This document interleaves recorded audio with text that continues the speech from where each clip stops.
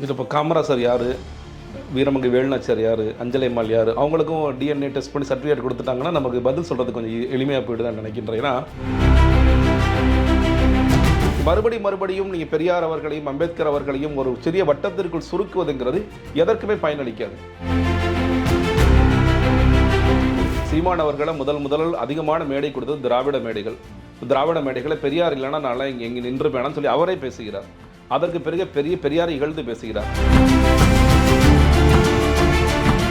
தமிழ் தேசியத்துக்கும் திராவிடத்துக்கும் அங்காடி பங்காடி உறவு வந்துருச்சு, நாங்கள் 2 பேரும் வந்து அடிச்சுக்க வேண்டிய நிலைமையெல்லாம் இல்லைன்னு சொல்லி பேசுறாரு. மராட்டியனுக்கு இங்கே என்ன வேலை சொன்னாரா இல்லையா? சொன்னார். தமிழன் தான் ஆள வேண்டும், வெளியே போன்னு சொல்ற அதே ரஜினியை போய் இன்னைக்கு கொஞ்சம் கூட வெட்கம் இல்லாமல் போய் சந்தித்து விட்டு வந்து ஊழலுக்கு எதிராக வந்து செயல்பட ஆரம்பிக்கணும் சகோதரர் விஜய் அவர்கள் அப்படின்னு சொல்லி ஆதவ அர்ஜுனா பேசுறாரு. இப்போ நான் என்ன கேட்குறேன்னா, ஆதவ அர்ஜுனா வந்து லாட்ரி மார்ட்டினோட மருமகன், அவர் மேலேயும் வந்து அமலாக்கத்துறை அதெல்லாம் ரைடுலாம் நடந்திருக்கு. அதே மாதிரி விஜயும் வந்து அவரோட வாங்கின காருக்கு வந்து வரி கட்டலை அப்படின்னு சொல்லி ஒரு கேஸ் நடந்து அதுக்கப்புறம் கோர்ட்டுக்கு போய் அதுக்கப்புறம் இவங்க வரி கட்டினதான் நடந்திருக்கு. இப்போ இந்த மக்கள் என்ன நினைப்பாங்கன்னா, நீங்களே சரியா இல்லை, நீங்க என்ன ஊழலை எதிர்த்து போராடுவீங்க அப்படின்ற மாதிரி நினைக்க மாட்டாங்க.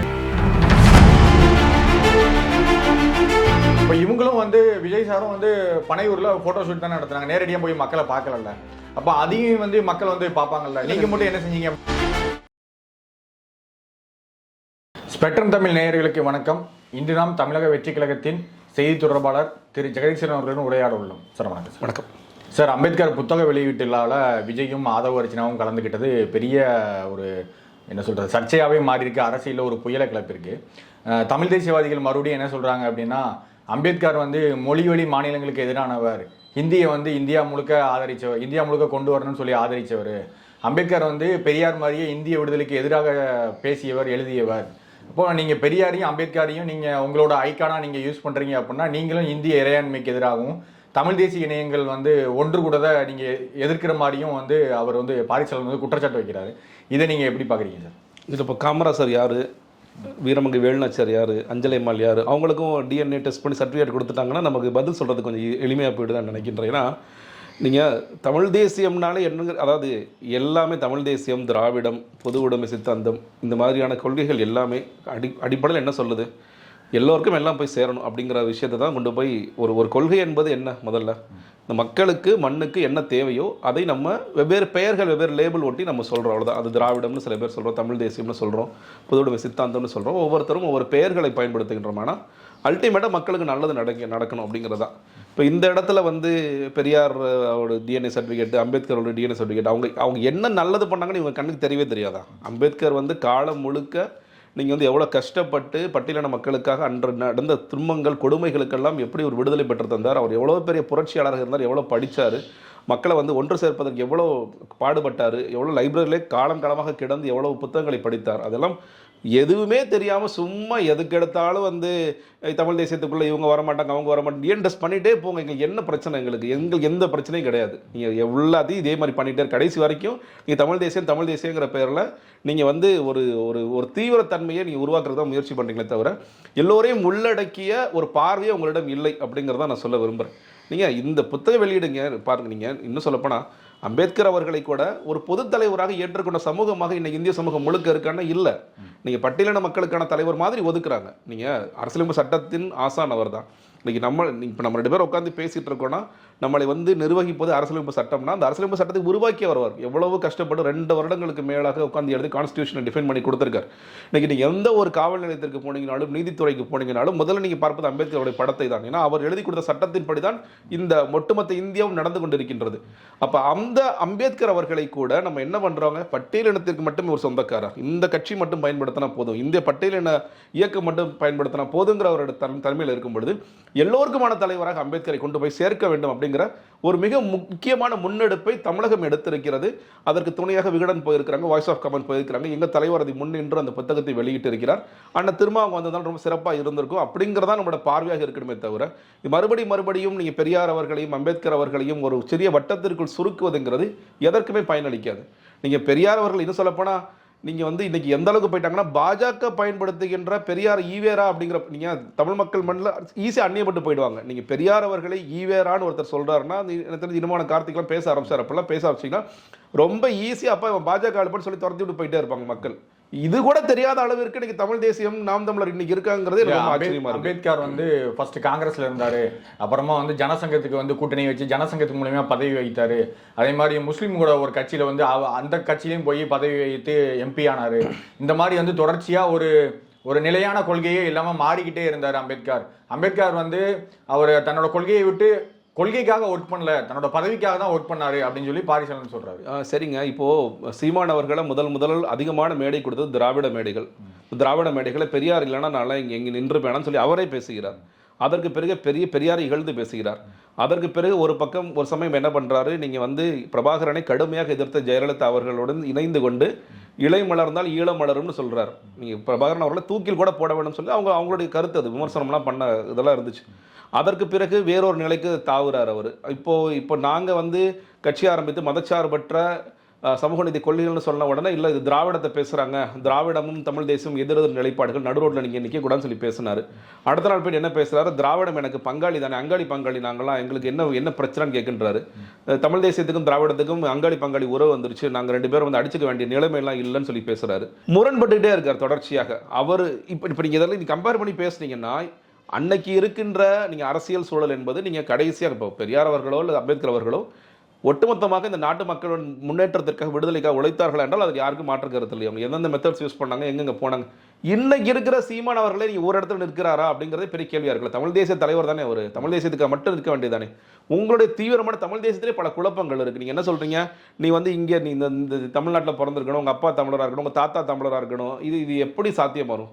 எல்லாரும் மனுஷனாக இருந்தால் நம்ம சொல்கிறோம், முதல்ல எல்லாரும் மனுஷன் தானே. பிறக்கும் போதே எல்லாரும் முதல்ல ஆதி மனிதனே தமிழனா பிறந்தானா, இல்லை ஆதி மனிதனே வேற்றோர் எங்கே இருந்தாவது வந்து அதற்கு பிறகு எல்லாம் மிருகமாக இருந்தானே மனுஷனை நீங்கள் மாறினீங்க எல்லாரும், அது கூட தெரியாது உங்களுக்கு.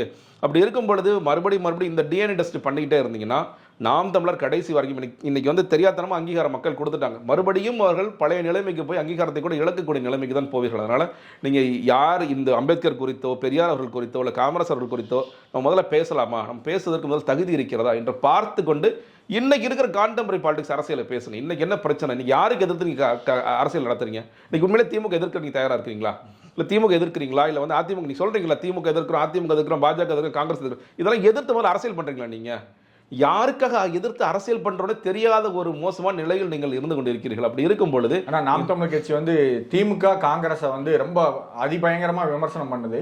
ஆனால் அதிமுகவை அந்த அளவுக்கு விமர்சனம் பண்றதில்லை, பிஜேபியும் அதிபயங்கரமா விமர்சனம் பண்ணுது. இல்லைங்க, நீங்க இப்ப சொல்றாருங்க எனக்கு திராவிடம் வந்து பங்காளின்னு சொல்லி சொல்றாரா இல்லையா? அவர் தானே பேசினாரு. எங்களுடைய கொள்கையை வந்து விமர்சித்த பிறகு, கடுமையாக விமர்சித்த பிறகு திராவிடமும் தமிழ் தேசியமும் சேர்ந்து பிஜேபி இந்துத்துவாவை அடிச்சு விட்டுட்டு அதுக்கப்புறம் நாங்க பங்காளிகள், நாங்க சண்டை போட்டுக்கிறோம் அப்படின்ற மாதிரி சொல்றோம். அப்படி சொன்னாரு. சங்கின்னா வந்து சகத்தோளம் தானே வெக்கப்பட்டுட்டே பேசுறாரு. போய் ரஜினிகாந்த் எந்த ரஜினிகாந்த் அவர்களை 2017 கட்சி ஆரம்பிக்கிறேன்னு சொன்ன உடனே மராட்டியனுக்கு இங்க என்ன வேலை சொன்னாரா இல்லையா? சொன்னார். தமிழன் தான் ஆள வேண்டும், வெளியே போன்னு சொல்ற அதே ரஜினியை போய் இன்னைக்கு கொஞ்சம் கூட வெட்கம் இல்லாமல் போய் சந்தித்து விட்டு வந்து அந்த புகைப்படத்தை ரிலீஸ் பண்ணிட்டு அப்படி வெட்கப்பட்டுட்டு நான் சங்கினா சகத்தோளம் தானே அப்படிங்கிறாரு. என்ன நிலைப்படம்? உங்க நிலைப்படம் என்ன? இதே சங்கின்னு அவங்க பொண்ணே சொல்றாங்க, சங்கின்னு என்ன தயவுசெய்து சொல்லாதீங்க, அது அசிங்கன்னு அவங்க பொண்ணு சொல்றாங்க. அதுக்கு ரஜினிகாந்த் அவர்கள் அடுத்த வேலையில் விளக்கம் கொடுக்குறாருங்கிற வேற விஷயம் பண்ண இவர் போய் நான் சங்கினா சகத்தோளன் என்னைக்கு இந்த டெஃபினிஷன் கண்டுபிடிச்சாரு? இது எப்படி கண்டுபிடிச்சாரு? பல நேரங்களில் பாஜகவோட பி டீமா நாம் தமிழர் செயல்படுதானா என்னை போன்றவர்கள் இல்லைன்னு சொல்லியிருக்கு. எதுவுமே இந்த பி டீம் சி டீம் எல்லாத்தையும் பிராண்ட் பண்ணாதீங்க. எல்லோருக்கும் ஒரு இண்டிவிஜுவாலிட்டி இருக்கு, எல்லாரும் வளர்ந்து. ஆனால் இந்த மாதிரி நீங்க பண்ணிட்டு இருக்கீங்கன்னா எல்லாருமே என்ன சொல்லுவாங்க, பாஜக கட்சியும் பி டீம் அப்படிதானே சொல்லுவாங்க. நீங்க அதுக்கு நீங்களே இடம் கொடுக்குறீங்களா? இப்போ நம்ம வந்து கொள்கை எதிரியாக பாஜக, அரசியல் எதிரியாக திமுக அப்படி சொல்லிய பிறகு திமுக என்ன பண்றாங்க, இல்ல இவங்க பாருங்க பாஜக அங்கே வந்துட்டாங்க, இவங்க பாருங்க பாஜக எதிர்க்கிறார், மறுபடியும் இந்த ஒரு நரேட்டிவை செட் பண்றதுக்கான வேலைகளை ஏன் தொடர்ச்சியா பாக்குறாங்க? இந்த மண்ணிலிருந்து இப்படி பாஜக சொன்னா அப்புறப்படுத்துகிறான்னு சொல்லி ஒரு தவறான விஷயங்களை இப்போ நரேட்டிவ் செட் பண்றாங்க. ஆனால் மக்கள் அதை ஏத்துக்கல. தமிழ் வெற்றி கழகம் தொடர்ச்சியாக பாஜகவையும் திமுகவும் அடிக்கிறான்னு சொல்லி ஒத்துக்கிறாங்க. ஆனால் நாம் தமிழர் கட்சி நான் சங்கி என்றால் சகத்தோழன், எனக்கு வந்து பாஜக பிரச்சனை இல்லை, இப்படி நீங்க பேசிட்டு வந்தீங்கன்னா உங்களை மக்கள் மறுபடியும் தொலை தெரிவார்கள். நீங்க ஒரு கொள்கையோடு நிலைப்பாடோடு செயல்படுறீங்க. சில விஷயங்களை மாற்று கருத்து இருக்கு, சில விஷயங்களை ஒற்றை கருத்து இருக்கு, சில விஷயங்கள் நல்லா பயணி பயணிக்கணும்னு நினைக்கிறீங்க, உண்மையில நல்ல தம்பிகள், உங்கள் தம்பிகள் நல்ல தம்பிகள், யார் மக்கள் காசு வாங்காமல் இன்றைக்கி வாக்களிக்கிறாங்கன்னா அதில் ஒரு கட்சியாக நாம் தமிழர் கட்சியும் இருக்குது அப்படிங்கிற இடத்திலிருந்து தயவு செய்து புரிந்து கொண்டு அரசியல் செய்யுங்கள் அப்படிங்கிறதா எங்களுடைய பார்வையாக இருக்கிறது. ஊழலுக்கு எதிராக வந்து செயல்பட ஆரம்பிக்கணும் சகோதரர் விஜய் அவர்கள் அப்படின்னு சொல்லி ஆதவ அர்ஜுனா பேசுறாரு. இப்போ நான் என்ன கேட்குறேன்னா, ஆதவ அர்ஜுனா வந்து லாட்ரி மார்ட்டினோட மருமகன், அவர் மேலேயும் வந்து அமலாக்கத்துறை அதெல்லாம் ரைடுலாம் நடந்திருக்கு. அதே மாதிரி விஜயும் வந்து அவரோட வாங்கின காருக்கு வந்து வரி கட்டலை அப்படின்னு சொல்லி ஒரு கேஸ் நடந்து அதுக்கப்புறம் கோர்ட்டுக்கு போய் அதுக்கப்புறம் இவங்க வரி கட்டினதான் நடந்திருக்கு. இப்போ இந்த மக்கள் என்ன நினைப்பாங்கன்னா, நீங்களே சரியா இல்லை, நீங்க என்ன ஊழலை எதிர்த்து போராடுவீங்க அப்படின்னு மாதிரி நினைக்க மாட்டாங்களா? நான் முதல்ல எங்களோட தலைவர் குறித்து நீங்கள் சொல்றதுக்கு நான் விளக்கம் கொடுத்துட்றேன். ரோல்ஸ் ராய்ஸ் கார்ஸ் 2-3 தளங்களில் பேசியிருக்கேன், மறுபடியும் விளக்கம் கொடுக்குறேன். இந்த ரோல்ஸ் ராய்ஸ் கார்ஸ் வாங்குற போது வந்து ஜிஎஸ்டிக்கு முன்னாடி நீங்கள் அந்த காலத்தில் நீங்கள் ஜிஎஸ்டிக்கு முன்னாடி காலத்தில் எந்த ஒரு கார் வாங்கினாலும் சிடி ஓட்ட போகணும். சிடி ஓட்டப்போ ஏற்கனவே வந்து என்ட்ரன்ஸ் டேக்ஸ் கட்டிட்டு தான் வரும், நுழைவு வரி கட்டி தான் உள்ளே வரும். அதுக்கு அடுத்தபடியாக இந்த வரிக்கு நீங்கள் என்ன பண்ணணும்னு கேட்டிங்கன்னா எல்லாருமே சிடி ஓட்ட போகணும். சிடி என்ன சொல்லுவாங்கன்னா, நீங்கள் தயவு செய்து அங்கே நீதிமன்றத்திற்கு போய் அதற்கு என்ன போடுறாங்கன்னு சொல்லிட்டு வாங்குங்க அப்படி சொல்கிறதா. நீங்கள் எங்கள் தலைவரோட கார் மட்டுமல்ல, அந்த சமயத்தில் வாங்கப்பட்ட 500 கார்களுக்கும் அதுதான் விதி. அங்கே போகிறார், அந்த இடத்துல நீதிபதி கொஞ்சம் அதீதமாக என்ன பண்ணுறாரு, ரீல் ஸ்டார் தான் இவங்கெல்லாம், ரீல் ஸ்டார் இப்பெல்லாம் இருக்கலாமா அப்படின்னு சொல்லிட்டு அதீதமாக சில வார்த்தைகளை விடுறாரு. அதனால தான் மறுபடியும் நாங்கள் மேல்முறையீட்டுக்கு போய் தேவையில்லாத கருத்துக்களை இந்த சிங்கிள் ஜட்ஜு சொல்கிறாருங்கன்னு சொல்லிய பிறகு அந்த கருத்துக்கள் எல்லாத்தையும் தவறுன்னு சொல்லி உயர் நீதிமன்றத்துடைய 2 பெஞ்ச் ஜட்ஜஸ் இருவர் அமர்ந்த தீர்ப்பு என்ன சொல்கிறாங்க, இது தவறு, இந்த விஷயங்களை நாங்கள் ஸ்ட்ரைக் அவுட் பண்ணுறோம், ஸ்ட்ரைக் அவுட் பண்ணிவிட்டு நாங்கள் என்ன டேக்ஸ் நீங்கள் சொல்கிறோமோ அதை கட்டுங்க அப்படின்னு சொல்கிறாங்க. அதனால் இந்த இடத்துல அவர் மட்டும் இல்லை, எல்லோருக்குமான விதி இதுதான். அதில் நம்ம முறையீடு பண்ணலாம். இல்லைங்க நீங்கள் வந்து 1 கோடி ரூபா கட்டுங்கன்னு சொன்னால், இல்லைங்க 1 கோடி இல்லை 50 லட்சம், அது எல்லோருக்குமான வாய்ப்பு தான். 50 லட்சம் கட்டலாமா, இல்லைங்க 60 லட்சம் கட்டலாமான்னா அதை அவங்க ஏற்றுக்கிறதும் இல்லை நீங்கள் முழுசாக கட்டுங்கன்னு சொல்கிறதும் அதுதான். தயவு செய்து இந்த வழக்கு குறித்து நீங்கள் பத்திரிகைகள் கூட படிங்க, ரோல்ஸ் ராய்ஸ் கார்னு படிங்க, போடுங்க, எல்லோருக்குமான பதில் வரும். அதனால் எந்த விதமான வரி ஏய்ப்பும் செய்யவில்லை. ஒன்று, இப்போ போன ஒரு 3 மாதங்களுக்கு முன்னாடி ஒரு லிஸ்ட் வந்துச்சு, ஹையஸ்ட் பெய்டு ஆக்டர்ஸ் யார், ஹையஸ்ட் அதாவது இன்கம் டேக்ஸ் யார் அதிகமாக கட்டுறாங்கன்னு சொல்லிட்டு. முதல்ல ஷாருக் கான் அவர்கள் 92 கோடி கட்டுறார். ஷாருக் கானோட சம்பளம் நமக்கு என்னங்கிறது நமக்கு தெரியாது. ஆனால் இவரோட சம்பளம் என்னங்கிறது குத்து மதிப்பார் 240 கோடியிலேருந்து 250 கோடி சொல்லி சொல்கிறாங்க அப்போன்னு தெரியும். 80 கோடி டேக்ஸ் கட்டுறார். வருஷத்துக்கு ஒரு படம் நடிக்கிறார், 33% டேக்ஸ் வச்சுக்கோங்களேன், கணக்கு வந்துடும். அப்போ என்ன அர்த்தம்னா, தான் நடிக்கின்ற படத்தில் வெள்ளையாக பணத்தை வாங்குகிறார், பிளாக் மணி வாங்கலை. பிளாக் மணி வாங்கியிருந்தார்னா அவர் டேக்ஸ் வந்து 50 கோடி 60 கோடி அப்படி தான் கட்டியிருப்பார். 80 கோடி ரூபா டேக்ஸ் கட்டுறாருன்னா அதுக்கு அர்த்தம் முழுமையாக வெள்ளையாக வாங்குறாரு. வெள்ளையாக வாங்கியிருக்கோம்பா நீங்கள் டேக்ஸ் கட்டுக்குமா, டேக்ஸ் கட்டுறாரு. இதுதான் நடந்து கொண்டு இருக்கின்றது. இன்னைக்கு ஏதாவது ஒரு உச்சபட்ச, நான் யாரையும் நான் பேர் சொல்ல முன்பல, ஏதாவது உச்சபட்ச நடிகராக இருக்கின்ற பக்கத்து மாநிலத்தை சேர்ந்த அல்லது இந்த மாநிலத்தை சேர்ந்த ஷாருக் கான் இவரை தவிர யாராவது இந்த அமௌண்ட் இந்த இது டேக்ஸ் கட்டுறாங்க. ஏன்னா எல்லோரும் இப்போ சில நடிகர்கள் வந்து 150 கோடி 200 கோடி நம்ம கேள்விப்படுறோம், செய்கிறார்களா என்று கேட்டால் இல்லை. நான் யாரையும் குறை சொல்ல விரும்பலை, அதுதான் அவங்க ஏமாத்தலாம், அதெல்லாம் நம்ம பிரச்சனை இல்லை. ஆனால் இவர் நேர்மையானவரா இல்லை அப்படிங்கிறது பதில். நீங்கள் ஆதவ அர்ஜுனன் குறித்து கேட்டீங்க, அவங்க குறித்து நான் ரொம்ப பேச முடியாது. பட் இருந்தாலும் அவர் என்ன சொல்கிறாரு, ஆமாம் வருமான வரி துறையினர்லாம் வந்தாங்க, அமலாக்கத்துறை வந்தாங்க, பட் என்ன எதுவும் கண்டுபிடிக்கல சொல்கிறார். இந்த மாதிரியான பல வழக்குகளில் ஒரு தீர்வு கிடைக்கும் போது அவர் தவறு செய்திருந்தால் ஆம் தவறு தான், இல்லைங்க சும்மா தான் வந்துட்டு போனாங்க, எங்கள் மாமனாருக்கு தான் சொத்து அது மாதிரி பண்ணாரே தவிர நான் அப்படி பண்ணலை அப்படின்னு அவருக்கு அந்த உரிமை இருக்குன்னு நினைக்கிறாங்க. அதனால் அதை தாண்டி அவரோட வழக்கு குறித்து எங்களுக்கு அக்கறையும் இல்லை, எங்களுக்கு தெரியவும் தெரியாது. அதுதான் எங்களுடைய பார்வை. இப்போ விஜய் வந்து மேடையில் பேசும்போது சொன்னார், ஃபோட்டோ ஷூட்டுக்காகவே வந்து எல்லாரும் வழக்கமாக அதை பண்ணுறாங்க, அந்த மாதிரி நானும் பண்ணக்கூடாதுன்னு நினைக்கிறேன் அப்படின்னு சொல்லிட்டு அவர் வந்து மறைமுகமாக வந்து திமுக தான் சாடுறாரு அப்படிங்கிறது எல்லாத்துக்குமே தெரிஞ்சிருச்சு. இப்போ இவங்களும் வந்து விஜய் சாரும் வந்து பனையூரில் ஃபோட்டோ ஷூட் தானே நடத்துனாங்க, நேரடியாக போய் மக்களை பார்க்கல. அப்போ அதையும் வந்து மக்கள் வந்து பார்ப்பாங்கல்ல, நீங்கள் மட்டும் என்ன செஞ்சீங்க அப்படின்னு கேட்பாங்க. இல்லை, நீங்கள் சொன்னதுலேயே அவர் கூடுதலாக ஒன்று சொன்னார், நானும் சம்பிரதாயத்திற்காக அதை செய்ய வேண்டிய அவசியம் ஏற்படுது சேர்த்து தான் சொன்னார். மூணு ஸ்டேட்மெண்ட் சொன்ன ஸ்டேட்மெண்ட் சேர்த்து தான் சொன்னார். ஏன்னா அதாவதுங்க, இன்றைக்கி மழை வெள்ளம் நீங்கள் வந்து விழுப்புரம், திருவண்ணாமலை, கடலூர் போன்ற பகுதிகள் கடுமையாக பாதிக்கப்பட்டிருக்கு. மைய பிரச்சனை என்ன, நீங்கள் வந்து சாத்தனூர் அணையை இரவோடு இரவாக திறந்து விட்டு மக்களோட உடைமைகள் காலி ஆகிடுச்சு. நம்ம பார்த்தோம், இந்த எரும மாடெல்லாம் அப்படியே எவ்வளோ ஒரு 32 அப்படியே கடலுக்குள்ள அடிச்சுட்டு போகிற காட்சிகள்லாம் கொடூரமான காட்சிகள்லாம் பார்த்தோம். ஆடுகள் கோழிகள் எவ்வளோ செத்து போனதை பார்த்தோம். மக்களோட உடைமைகள் போச்சு. ஒரு பையன் வந்து அழுகிறான், என்ற புத்தகம் கூட இல்லை, அந்த அளவுக்கு என்னோட வீட்டில் எல்லாமே போயிடுச்சுன்னு சொல்லி பேசுகிறான். மிக மிக மோசமாக நமக்கு வந்து சென்னையில் அது நடக்காத காரணத்தினால் நமக்கு வந்து அந்த அளவுக்கு தீவிரம் இல்லைன்னு ரொம்ப தீவிரமான பிரச்சனை தான். அந்த அளவுக்குன்னா நேற்று தான் வந்து பள்ளிக்கூடங்கள், அது எல்லா பள்ளிக்கூடங்களும் திறக்கல, திருக்கோவிலூர் திருவண்ணூரில் இன்னும் பள்ளிக்கூடங்கள் திறக்கப்படாமல் இருக்கின்றன, மற்ற பகுதிகளில் பள்ளிக்கூடங்கள் திறந்துட்டு. அதுக்கு என்ன அர்த்தம்னா, இப்போ தான் இப்போ கேம்ப்னா ஸ்கூல்ஸ் தான் நம்ம ஊரை பொறுத்த வரைக்கும். அந்த ஸ்கூல்ஸ்லேருந்து இப்போ தான் நம்மளை கொண்டு போய் அவங்க வீட்டிலே ஒரு செட்டில் பண்ண போகிறாங்க. நீங்கள் செட்டில் பண்ண போகும்போது தான் தெரியும். ஏன்னா நான் அந்த காட்சியெல்லாம் சென்னையில் பார்த்ததுனால சொல்கிறேன், நீ வீடு முழுக்க சகதியாக இருக்கும், வீடுகளை பாம்புகள் தெரிஞ்சுக்கிட்டு இருக்கும். வீடு முழுக்க வந்து எதுவுமே இருக்காது, எந்த பொருளும் இருக்காது. ஃப்ரெஷ்ஷாக போய் வீட்டில் இருக்க சகதியெல்லாம் அள்ளி போட்டுட்டு, சாக்கடையெல்லாம் அள்ளி போட்டுட்டு ஒருத்தர் உள்ளே புகுந்து ஒன்றுமே இல்லாமல் வானத்தை விரித்து பார்த்துட்டு இருக்கணும். இதுதான் நடக்கும். இப்போ யாராவது வந்து எங்களை மாதிரியான இயக்க தோழர்களோ இல்லை வேறு சில தோழர்களோ வந்து அவங்களுக்கு அரிசி வேணுமா, பருப்பு வேணுமா, என்னமா வேணும்னு சொல்லி வாங்கி கொடுத்து ஃப்ரெஷ்ஷாக அவங்களோட வாழ்க்கை ஆரம்பிக்கணும். இல்லை அவங்க ஓடி ஓடி உழைத்து ஆரம்பிக்கணும். இதுதான் வந்து நிலைமையாக இருக்குது. அப்போ இந்த நிலைமைக்கு யார் காரணம் அப்படின்னு கேட்டிங்கன்னா, பல பேர் எனக்கு வரலாறு காணாத மழை. இந்த வரலாறு காணாத அப்படிங்கிற வார்த்தைகளும் தொடர்ச்சியாக கேட்டுகிட்டே இருக்கும். இங்கே தூத்துக்குடி திருச்செந்தூரில் கடுமையான மழை பெய்யுதா, திருச்செந்தூர் கோயில் ஃபுல்லாக நம்ம பார்த்தோம், அந்த அளவுக்கு மிக மோசமான மழை.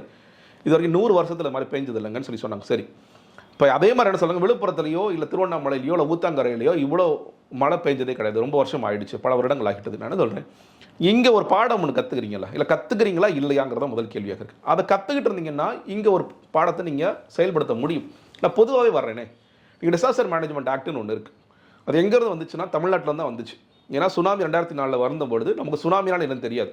கமல்ஹாசன் திரைப்படங்களை சொல்லியிருக்காருங்க, அப்பயே பாருங்க கமல் சொல்லிட்டார் அப்படிங்கிறது கூட அப்போ தான் நம்ம பேசணுமே தவிர, சுனாமினால் என்னன்னு தெரியாத நம்ம சமூகம் சுனாமின்னு வரும்பொழுது இப்படியெல்லாம் கூட பேரிடர் வருமா, அப்போ இந்த பேரிடர்களுக்கு நம்ம தயாராகணும்னு 2005 ஒரு பெரிய புக்கு போட்டு பேரிடர் மேலாண்மை சட்டம் இது எல்லா மாவட்டங்களுக்கும் எல்லா மாநிலங்களுக்கும் கொடுக்குறாங்க.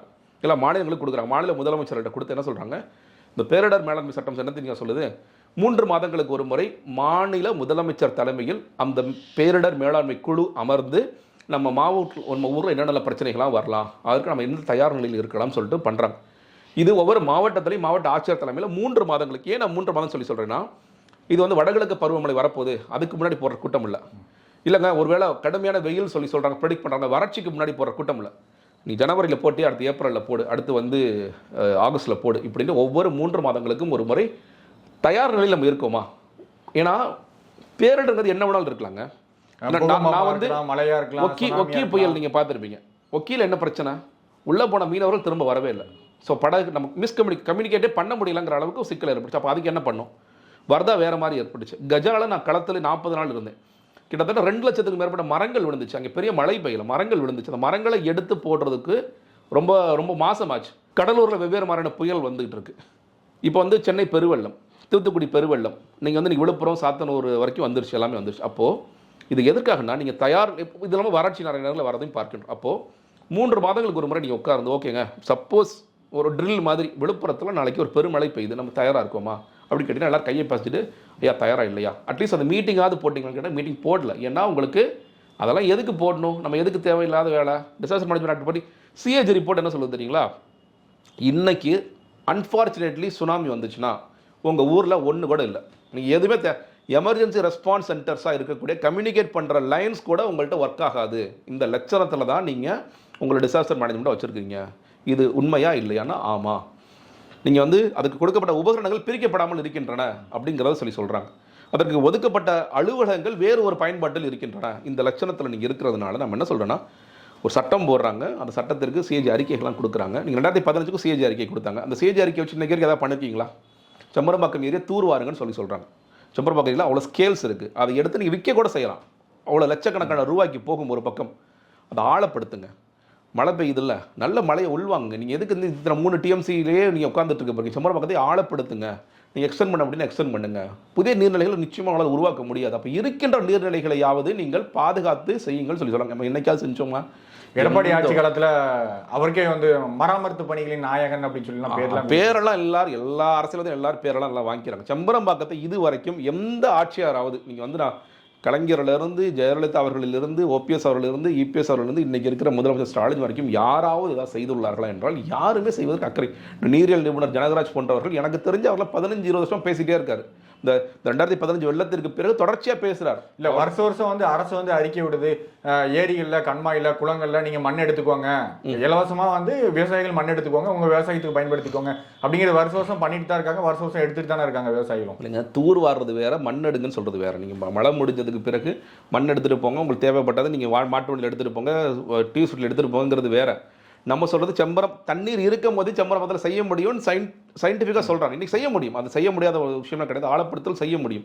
நீங்கள் மேட்டூரில் ஏன் தூர் வரலாம்னு சொன்னால் தினவரன் வித்தியாசமான ஒரு பதில் சொல்லுவார். பார்த்து என்ன ஒரு பதில் சொல்லுன்னு சொல்லுவார். அதனால் எல்லாவற்றுக்கும் வாய்ப்பு இருக்கிற செய்யவில்லை. இந்த எந்த பாயிண்ட்டுக்கு வந்தேன்னா, இப்போ நீங்கள் இதை ஒழுங்காக அந்த வேலை செஞ்சுருந்தீங்கன்னா நீங்களே போக வேண்டிய அவசியம் இல்லைன்னு நான் சொல்கிறேன். நீங்கள் எதற்காக துணை முதலமைச்சர் பாருங்கள் களத்திலே இருக்கார். ஏன் களத்தில் இருக்கார்? நீங்கள் வேலை செய்யலாம்.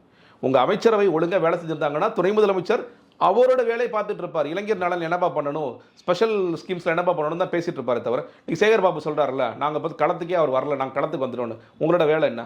கோயில்களை ஒழுங்காக பராமரித்து கோயில்களை வந்து குடமுழுக்கு வேலை பண்ணுறதானே. நீங்கள் ஏன் கோயில் இல்லாமல் களத்தில் இருக்கீங்க?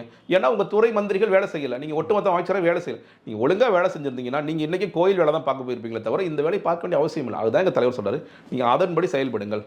செயல்படாத போது தற்காலிகமாக நம்ம நிவாரணம் கொடுக்க வேண்டிய இடத்திற்கு தள்ளப்படுகிறோம். எல்லா கட்சிகளும் நாங்களும் கொடுக்குறோம், சம்பிரதாயத்திற்காக நாங்களும் கொடுக்க வேண்டிய இடத்திற்கு தள்ளப்படுகிறோம். எங்களோட தோழர்களை நான் கொடுக்க சொல்கிறேன். ஏன்னா இவங்க மக்கள் இயக்கமாக, ஏன்னா நீங்கள் இந்த கட்சி ஆரம்பிச்சது எந்த புள்ளியில் ஆரம்பிக்குது? தொடர்ச்சியாக உதவிகள் செஞ்சுட்டு இன்றைக்கி சாப்பாடு போடுறோம், டியூஷன் கிளாஸ் எடுக்கிறோம், ரத்த முகாம் நடத்துகிறோம், எல்லாமே நடத்துகிறோம். அப்போது இதற்கான தேவை என்பது பெருகி கொண்டே தான் இருக்கிறது, குறைந்தபாடு இல்லையே. ஏன் இத்தனை பேர் காலைல சாப்பிட எங்களை நோக்கி வரணும்? ஏன் அவங்களுக்கு வந்து உழைக்கிறதுக்கு இடமே இல்லாமல் இருக்குது? அவங்க உழைச்சி நல்லா இருந்தாங்கன்னா அவங்க வருவாங்களா தேடி? ஓகேங்க, அப்பா தமிழ் வெட்டுக்கலாம் போய் சாப்பிட்டுக்கலாம்ப்பா, இல்லை அம்மாவோடத்தில் போய் சாப்பிட்டுக்கலாம்ப்பா. ஏன் அவங்க வர்றாங்க? அவங்களோட பொருளாதார நிலைமை அவ்வளோ மோசமாக வச்சுக்கிட்டு இருக்கோம். அப்போ இதெல்லாம் மாற்றுவதற்கான வேலைகளை நீங்கள் செஞ்சீங்கன்னு சொல்லி சொல்கிறோம். அது செய்யணும். அது செய்யாத நேரத்தில் சம்பிரதாயமான அரசியல் செய்ய வேண்டிய அவசியம் ஏற்படுகிறது. இப்போ விசிகால வந்து ஆதவ அர்ஜுனா வந்து விலக்கி வச்சிருக்காங்க, இடைநீக்கம் பண்ணியிருக்காங்க. அவர் வந்து தமிழக வெற்றிக்கலாம் இதில் இணையறதுக்கான வாய்ப்புகள் இருக்கா? இல்லைங்க, முதல்ல அவர் அந்த மாதிரியான முடிவில் இருக்காரா அப்படிங்கிறது நமக்கு தெரியலை. ரெண்டாவது, எங்களோட தலைமை தான் அது முடிவு செய்யும். நான் அந்த இடத்துல பதில் சொல்ல முடியாது. தலைமை என்ன யோசிக்கிறாங்க, குறிப்பாக தலைவரும் பொதுச் செயலாளரும், ஏன்னா ஏற்கனவே குழு அணி இருக்கிறாங்க, நீ பொருளாளர் மற்றவங்களாம் இருக்கிறாங்க. அப்போ அவங்கெல்லாம் சேர்ந்து இவர் வருவது சரியா தவறாங்கிறது அவர்கள் தான் முடிவு செய்ய வேண்டும். இப்போ நம்ம பேசிகிட்டு இருக்க இந்த நேரம் வரைக்கும் அந்த மாதிரியான முடிவுகள்லாம் இல்லை. நேற்று கூட ஒரு செய்தி வந்தது, அதெல்லாம் கூட இல்லை, தவறான செய்தி அப்படின்னு தான் நாங்கள்லாம் பதிவிட்டோம். அதனால் இது வரைக்கும் அவர் வருவதாகவோ இல்லை நாங்கள் ஏற்றுக்கொள்வதாகவோ எந்த செய்தியும் இல்லை. அம்பேத்கர் படத்தை பயன்படுத்துறதுக்கான காரணம் வந்து தமிழ்நாட்டில் இருக்கிற பட்டியல் சமூக மக்கள், முக்கியமாக குறிப்பாக வட மாவட்டங்களில் இருக்கிறவங்கள ரொம்ப கேதர் பண்ணணும், நம்ம பக்கம் கொண்டு வரணும் அப்படிங்கிறதுக்காக தான் அம்பேத்கர் படத்தை பயன்படுத்தப்படுதா? ஏன்னா மாநாடு நடந்தப்போ கூட சொன்னாங்க, வட மாவட்டத்தில் இருந்த பட்டியல் சமூக மக்கள் நிறைய பேர் வந்து விஜய் மாநாட்டுக்கு வந்திருக்காங்க, விசிக்கு ஆட்டம் வந்துருச்சு அப்படின்ற மாதிரிலாம் சொன்னாங்க. அது உண்மைங்களா? இல்லைங்க, அப்படி நீங்கள் சொன்னீங்கன்னா நான் பார்த்தேன். அதில் வந்து வன்னியர் மக்கள் நிறையா இருந்தாங்க, முத்தரையர் நிறையா இருந்தாங்க. நான் வந்து சும்மா அது பேச்சுக்கு சொல்லலை, நான் பார்த்தேன். ஒரு உலக சோசியல் நமக்கு தெரியும் இல்லையா? அப்படி பார்த்தீங்கன்னா நாங்கள் வந்து இதில் போட்டதுனால திருச்சியில் இருந்து புதுக்கோட்டை இருந்து முத்தரை வந்துட்டாங்கன்னு சொல்ல முடியுமா? இல்லை வந்து இன்னும் சொல்லப்படாது வன்னியர் பெல்ட்னு சொல்லி சொல்லுவாங்க, இருக்கிற வன்னியர்களுக்காக போட சொல்லுவோம். இல்லை, நீங்கள் அப்படி ஒரு ஆர்வம் இருக்குல்ல, உங்களுக்கு உண்மையில அந்த ஆர்வத்தை நான் பாராட்டுறேன். எல்லோருமே அம்பேத்கர் மேடையில் ஏற்ற வேண்டியதானே? உங்களுக்கு என்ன பிரச்சனை? நீங்கள் அடையாளத்திற்காவது எங்களுக்கு என்ன சொல்கிறீங்கல்ல, இந்த மக்களை பட்டியலின மக்களை இழுப்பதற்காக நாங்கள் செய்கின்றோம்னு உங்கள் கருத்துக்கே நான் உடன்பட்டு வரேன். அப்போ திமுக மற்ற எல்லா கட்சிகளும் சேர்ந்து தயவு செய்து உங்கள் மேடையில் அம்பேத்கரை ஏற்றுங்கள். ஆனால் அம்பேத்கரை வந்து எல்லா இடத்துக்கும் கொண்டு போகணுங்கிறதா நம்மளுடைய நோக்கம். கொள்கை தலைவர்கள் வந்து திமுக தானே அம்பேத்கருக்கு மணிமண்டபம்லாம் ஏற்படுத்தி இல்லைங்க. நீங்கள் அரசாங்க ரீதியாக மணிமண்டபம், நீங்கள் சட்டக்கல்லூரி நிச்சயமாக வரவேற்கிறோம், அதெல்லாம் எந்த பிரச்சனையும் இல்லை. ஆனால் அரசியல் ரீதியாக நான் சிம்பிளாக இப்படி பாருங்களேன், சிதம்பரம் தொகுதிக்குள்ளே அண்ணன் திருமாவளவன் ஓட்டு கேட்க போகிறார். கூட திமுகவுடைய தோழர் வந்து இல்லைங்க நான் வர முடியாதுங்க, இது பட்டியலின மக்களின் வாழ்கின்ற பகுதி, இந்த பகுதிக்கு நான் வரமாட்டேன், உங்கள் கூட நான் வரமாட்டேன் சொல்கிறாரா இல்லையா? அதுவும் குறிப்பாக பாணிச்சின்னத்தில் நிற்கும் போது என்ன சொன்னார், நான் உங்களோட வரமாட்டேன், உங்கள் கூடவே நான் வரமாட்டேன்னு சொல்லி சொன்னவங்க இருக்கிறாங்கல்ல, அவரே சொல்கிறார்ல திமுக இந்த மாதிரி சப்போர்ட் பண்ண மாட்டேங்கிறாங்க. இப்போ இன்றைக்கும் வந்து அதான் மற்ற ஜாதிகளோட இடத்துக்கு போகும்போது திருமாவளவனோ இல்லை அவங்க கட்சி கொடியோ வந்து திமுகவும் புறக்கணிக்குது, இவங்க போற நேரத்தில் அவங்க புறக்கணிச்சு நடக்கதானே செய்யுது. அப்போ அதுதானே பிரச்சனை. அப்போ நீங்க அம்பேத்கர் பொது தலைவராக மாத்துங்க. ஏங்க நீங்க அம்பேத்கர் வந்து எல்லோருக்குமான தலைவராக இருந்தப்ப நீ வந்து ஏத்துக்கிட்டாலும் ஏத்துக்காட்டியும் நாளைக்கு நீ வந்து எந்த ஒரு போலீஸ் ஸ்டேஷன் போனினாலும் எந்த கோர்ட்டுக்கு போனாலும் அம்பேத்கர் எழுதுற சட்டத்தை தான் உனக்கு தீர்ப்பு வேணும், அப்பதான் நீதி கிடைக்கும் உனக்கு. அதுதானே உண்மை. இல்லை அம்பேத்கர் படத்துக்கு முன்னாடி வந்து சில பேர் என்ன சொல்கிறாங்கன்னா, ஒரு பையன் கூட பேசினது வைரல் ஆச்சு. அம்பேத்கர் படத்துக்கு முன்னாடி நின்றுட்டு வன்னியர் பொண்ணுங்களை வந்து தவறாக இப்படி பண்ணுவோம், கவுண்டர் பொண்ணுங்களை இப்படி பண்ணுவோம், முதலியார் பொண்ணுங்களை இப்படி பண்ணுவோம்னு சொல்லும்போது மத சமூகங்களுக்கு வந்து அம்பேத்கர் வந்து அது தலித்துக்கான ஒரு தலைவர் தான் அப்படின்ற மாதிரி ஒரு போர்ட்ரேட் வந்துடுது இல்லை? இல்லைங்க, நீங்கள் இது மாதிரி ஒவ்வொரு சமூகத்திலையும் ஒரு கிறுக்கு இருக்க தான் செய்வான். ஏதாவது நீங்கள் தேவர் படத்தை வச்சுட்டு ஒரு கிறுக்கு ஏதாவது பண்ணுவான், இன்றைக்கி வந்து முத்தரையர் படத்தை வச்சுட்டு ஏதாவது பண்ணுவான். நீங்கள் இந்த கிறுக்கங்களுக்காக நம்ம இவ்வளோ தூரம் பேசணுமாங்கிறதே எனக்கு தேவையில்லாததுன்னு பாரு. நீங்கள் ஒட்டுமொத்தமாக இந்த சமூகத்திற்கு பங்களிப்பு செய்த எல்லா தலைவர்களும் மதிப்புன்னு தான் நான் சொல்கிறேன். நீங்கள் எல்லோரும் நீங்கள் அம்பேத்கர் அவர்களுடைய பங்கு என்ன, பெரியார் அவர்களுடைய பங்கு என்ன, காமராஜர் ஐயாவோட பங்கு என்ன, இந்த எல்லா விஷயத்தையும் நாம் இந்த இளைய தலைமுறை கடத்த வேண்டிய அவசியம் இருக்குது. இப்போ எதுக்காக நாங்கள் வந்து கொள்கை தலைவராக ஏற்கிறோம்? ஒரே ஒரு காரணம் தான், எல்லாத்தையும் கொண்டு போய் சேர்க்கணும். பெரியார் ஏன் கொள்கை தலைவராக ஏற்கிறோம்? இன்றைக்கி திராவிடம்னு சொல்லி இவங்க பேசினாலும் சமூக நீதினு சொன்னாலும் உண்மையிலே பெரியாரை கொண்டு போய் சேர்க்கிறார்களா? நீங்கள் பெரியாருடைய பிறந்த நாளையோ இல்லை நினைவு நாளையோ அவ்வளோ கிராண்டாக கொண்டாடுறாங்க. இப்போ கலைஞருக்கு 100ஆண்டு விழாக்கு எவ்வளோ மெனக்கேடுறாங்க. தொடர்ச்சியாக ஒரு வருட காலம் என்னென்னமோலாம் பண்ணாங்கல்ல. இதே விஷயத்தை பெரியாருக்கும் அண்ணாவுக்கும் அவங்க செய்கிறாங்களா? இல்லவே இல்லையே. ஒரு ஒரு அடையாளத்திற்கு அன்றைக்கி போய் மாலை போட்டு வந்தால் போதும்பா, அன்றைக்கி வந்து சமூக நீதி நாள்னு சொன்னால் போதும்பா, அண்ணா வந்து அன்றைக்கி மட்டும் மாலை போட்டால் போதும்பா, அண்ணா சமாதிக்கு போனால் போதும்பாங்க தான் கடந்து போகிறாங்க. கலைஞர் உங்கள் அப்பாக்காக நான் வந்து ஒரு வருஷம் கூட நான் கலைஞர் நூற்றாண்டு விழா கொண்டாடல. திமுக வந்து வஉசிக்கு கூட ஒரு வருஷம் ஃபுல்லாக கொண்டாடிச்சு. எங்க கொண்டாடுறாங்க? தூத்துக்குடியில் கொண்டாடுறாங்களா? பஸ் எல்லாமே வந்து அதான் சொல்கிறேன், தூத்துக்குடியில் கொண்டாடலாம் கேட்குறேன். நீங்கள் ஒட்டுமொத்தமாக தமிழகத்தில் இது நான் கம்பேரிசன் இப்படி வைங்க. நீங்கள் கலைஞர் நூற்றாண்டு விழா எல்லோருக்கும் இருக்கு. நீங்கள் வந்து ஒன்றும் இல்லைங்க, நாங்கள் ஒரு ரோட் சேஃப்டி ப்ராஜெக்ட் பண்ண போகிறோம். அதில் சொல்கிறாங்க சார் கலைஞர் நூற்றாண்டோட லோகோ போடுங்கிறாங்க. சார் ரோட் சேஃப்டி கலைஞர் நூற்றாண்டு எனக்கு சம்மதம் இல்லை, போடணுங்க. அரசு விழா எது நடந்தாலும் இந்த ஒரு வருடத்தில் கலைஞர் நூற்றாண்டு என்ற லோகோவை நீங்கள் போடணும்னு திணிச்சாங்க. சரி, ஓகே, நீங்கள் கலைஞர் நூற்றாண்டு நீங்கள் அரசாங்கம் நீங்கள் சொல்கிறது நான் கேட்டதாகணும். இந்த அளவிற்கு நீங்கள் வஉசியையோ இல்லை பாரதியாரையோ இல்லை மற்ற எந்த ஒரு தலைவருக்கோ இவர்கள் இவ்வளோ தூரம் மெனக்கெட்டு நீங்கள் இவங்களாவது விட்டுருங்க. கொள்கை தலைவராக ஏற்றுக்கொண்ட பெரியாருக்கும் உங்களுக்கு கட்சியை துவக்கி அண்ணா அவர்களுக்கும் நீங்கள் எவ்வளோ தூரம் நீங்கள் மெனக்கெட்டுருக்கீங்கன்னா மெனக்கெடவே இல்லை. ஒன்றும் இல்லைங்க, நீங்கள் பல கல்லூரிகளுக்கு நீங்கள் போயிட்டு அறிஞர் அண்ணாவை எத்தனை பேருக்கு தெரியுதுன்னு நீங்கள் பாருங்கள். அண்ணாவை தெரியாது. நான் போயிருக்கேன் பல கல்லூரிகளுக்கு போய், நான் வந்து ஒரு சில வீடியோ போட்டு காமிச்சு கடைசியாக அந்த பச்சைப்பன் கல்லூரியில் வந்து நிற்பேன். இந்த பச்சைப்பன் கல்லூரியில் புகழ்பெற்ற ஒரு தலைவர் யாருன்னு தெரியுமான்னு கேட்பேன். திருன்னு முழிக்கிறாங்க பசங்க. அந்த லட்சணத்தில் தான் இந்த திராவிட மாடல் அரசு இருக்குது. இது உண்மை. நான் சும்மா இட்டுக்கட்டெல்லாம் பேசுகிறேன். நீங்கள் தயவுசெய்து நீங்கள் கல்லூரிகளுக்கு போங்க, பள்ளிக்கூடங்களுக்கு போங்க. அறிஞர் அண்ணாவை எத்தனை பேருக்கு தெரியுதுன்னு பாருங்கள். தெரியாது. ஏன்னா இவங்க அறிஞர் அண்ணா கொண்டு போய் சேர்க்கவே. ஆனால் கலைஞர் எல்லாருக்கும் தெரியும், கொண்டு போய் சேர்த்துக்கிட்டே இருக்கிறாங்க. ஏன்னா அவங்க குடும்பத்தை கொண்டு போய் சேர்க்க வேண்டும் என்ற காட்டிய அக்கறையில் அண்ணா மீதோ பெரியார் மீதோ ஒரு அக்கறை இல்லை. அப்போ அந்த நேரத்தில் பெரியாரை கொள்கை தலைவராக, அம்பேத்கரை கொள்கை தலைவராக நாம் ஏற்றுக்கொண்டு இங்கே செயல்படும் பொழுது நிச்சயமாக இளைஞர்கள் வாங்கி படிப்பு கொண்டு இல்லை. இப்போ எல்லோருக்குமான தலைவர் அம்பேத்கர். இந்த புத்தகத்தை எங்களோட தோழர்கள் நிறைய பேர் ட்விட்டரில் போடுறாங்க. இன்றைக்கி கவுண்டர் சேல்ஸ் இன்னும் வரல, விகடன் வந்து இன்னும் கவுண்டர் சேல்ஸ் கொண்டு வரல. ஆன்லைனில் இந்த புத்தகத்தை ஆர்டர் பண்ணிட்டு ஒரு நண்பர் போடுறாரு, இந்த புத்தகத்தை நம்ம எல்லோரும் வாங்கி படிக்க வேண்டும், நான் படிச்சுட்டு உங்கள்கிட்டலாம் ஷேர் பண்ணுறேன், நம்ம அந்த புத்தகத்தை குறித்து பேசுவோம்னு சொல்கிறார். அதுதானே தேவை, அதானே எதிர்பார்ப்புங்கிறது. என்ன இந்த புத்தகம் நிறைய பேர்ட்ட கொண்டு போய் சேர்க்கணுங்கிறது தானே. அது சேர்க்கிறதுல முக்கிய பங்கு நீங்கள் ஆற்றிருக்கோம். நான் ஒரு நிகழ்ச்சிக்கு போனேன்னா அந்த நிகழ்ச்சியில் எனக்கு பெருந்தலைவர் காமராஜர் புத்தகத்தை பரிசளிக்கிறேன், பெரியார் புத்தகத்தை பரிசளிக்க யாரும் சால்வ் போடுறதில்லை. நாங்கள் வந்து இப்போது திமுக மாதிரி இல்லை சால்வ் போடக்கூட புத்தகம் தான் வாங்கிட்டோம் நாங்கள் சொல்லவே இல்லை. ஆனால் அதே நேரத்தில் அவர்களாக இயல்பாக செய்கிறார்கள். அப்படி செய்யும் பொழுது தானே ஒரு பெரிய மனமாற்றம் ஏற்படுதில்லை. இது வரைக்கும் நான் வந்து ஒரு ரசிகனாக இருந்தேன், அவருக்கு ரசிகனாக மட்டும்தான் இருந்தேன். இன்றைக்கி நான் என்னோட கொள்கை வழிகாட்டியாக காண்கிறவங்களை நான் படிக்க ஆரம்பிச்சிருக்கேங்கிறதானே ஒரு அரசியல் மயப்படுத்துகிற ப்ராசஸ். அது சரியாக நடக்குதுன்னு நான் சொல்கிறேன். பாஜக தலைவர் அண்ணாமலை என்ன சொல்கிறாரு அப்படின்னா, அந்த புத்தகத்தை எழுதின ஆனந்த் அப்படிங்கிறவர் வந்து ஒரு அர்பன் நக்சல் அப்படின்ற மாதிரி விமர்சனம் பண்ணுறாரு. அவரை கூட்டு வந்து விஜய் இவங்கெல்லாம் வந்து விழா பண்ணுறதே தப்பு, அவர் வந்து தேசத்துக்கு எதிரான கருத்துக்கள்லாம் நிறைய இடங்களில் பேசியிருக்காரு, எழுதியிருக்காரு, அவர் வந்து ஒரு அர்பன் நக்சல் அப்படின்னு சொல்கிறாரு. அதுதான் இப்போ முதல் நாளே வீடன் ஆசிரியர் சொன்னார், நாளை இந்த கூட்டத்தை பற்றி பேசுபவர்கள் நம்மை அர்பன் நக்சல் என்றார்கள், துக்குடை கேங் என்று சொல்வார்கள்.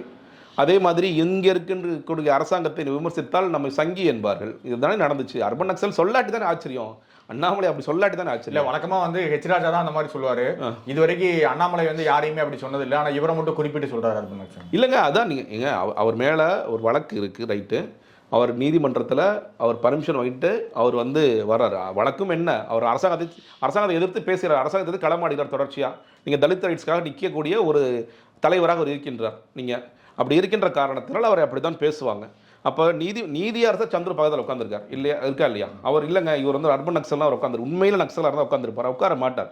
அப்போ அவருக்கும் தெரியும் இவர் வந்து ரொம்ப நியாயத்திற்காக போராடக்கூடிய தலைவர். இப்போ பாஜகவுடைய பார்வையில் யாரெல்லாம் இந்த நாட்டுக்கு உண்மையாக உழைத்தார்களோ அவர்கள் எல்லோருமே அர்பன் நக்சல்கள் தான். அதுதான் அப்படி தான் பிராண்ட் பண்ணுவாங்க.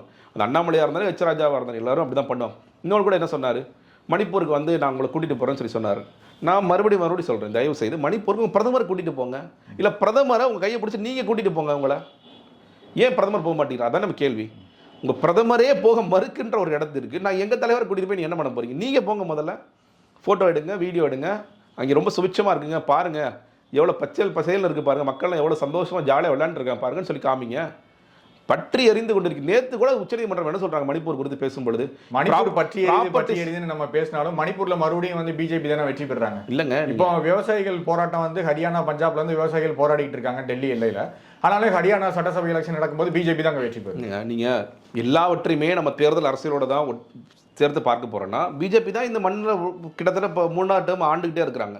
பெரும்பான்மை செய்வது எல்லாமே சரி என்று சொல்லிவிட்டால் நாளைக்கு வந்து பெரும்பான்மை பலம் இருக்கிறது, இங்கே இருக்கிற மசூதிகள் எல்லாவற்றையுமே எடுத்து தள்ளுங்க சொன்னால் அதை ஏற்றுக்கோமா நம்ம? ஆமாம், எங்கள்கிட்ட ஒரு அசுர பலம் இருக்குது. நீங்கள் அதே விவசாய சட்டமன்றத்திலையும் பாராளுமன்றத்திலையும் பெரும்பான்மையாக யார் வந்து ஒரு சட்டத்துக்கு ஆதரவு தெரியாங்க அதுதானே சட்டமாகுது. இல்லைங்க, நீங்கள் அதான் சொல்லலை, அப்படி அதையும் நம்ம எதிர்க்க வேண்டிய இல்லை. அதான் சொல்லுங்க, விவசாய போராட்டங்கள் போராடியதன் மூலியமாக அந்த விவசாய சட்டங்கள் வாபஸ் பெறப்பட்டதா இல்லையா?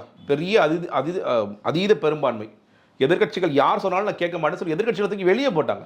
அன்றைக்கி பேசின சில திமுகவுடைய நாடாளுமன்ற உறுப்பினர்கள்லாம் எங்களை மதிக்க கூட இல்லைங்க, தூக்கி எங்களை வெளியே போட்டாங்க. அப்படி தான் இந்த சட்டம் இயற்றப்பட்டது என்ற அதீத பெரும்பான்மை இருக்குது. ஆனால் மக்கள் வீழ்த்தி காட்டினார்களா இல்லையா? அவங்க அந்த வெற்றிங்கிறது விவசாயிகளுக்கு கிடைத்த வெற்றி தானே, இந்த நாடு முழுக்க வராமல் பார்த்து கொண்டது. இப்போ ஜனநாயக ரீதியான போராட்டம், அரசியல் ரீதியான போராட்டம் நடந்து கொண்டே தான் இருக்கும். நீங்கள் அதனால் அரசியல் கட்சியாக ஜெயிச்சிட்டாங்க. ஏன்னா இந்த பக்கம் எவ்வளோ ஸ்ட்ராங்காக இருக்காங்கன்னு ஒரு கேள்வி இருக்குல்ல. ஹரியா நீங்கள் சொல்கிற இந்த மாநிலங்களில் எதிர்கட்சியாக யார் ஸ்ட்ராங்காக இருக்கா? இன்னைக்கு நாடு முழுக்க இருக்க பிரச்சனை என்ன? இந்தியா கூட்டணின்னு சொல்லி சொன்னாலும், காங்கிரஸ் என்று சொன்னாலும், மறுபடியும் ஏன் பாஜக வின் பண்ணுறாங்க? காங்கிரஸ் ஸ்ட்ராங்காக இல்லை மற்ற கட்சிகள் மேலே எழுப்பி வர மாட்டேங்கிறாங்க.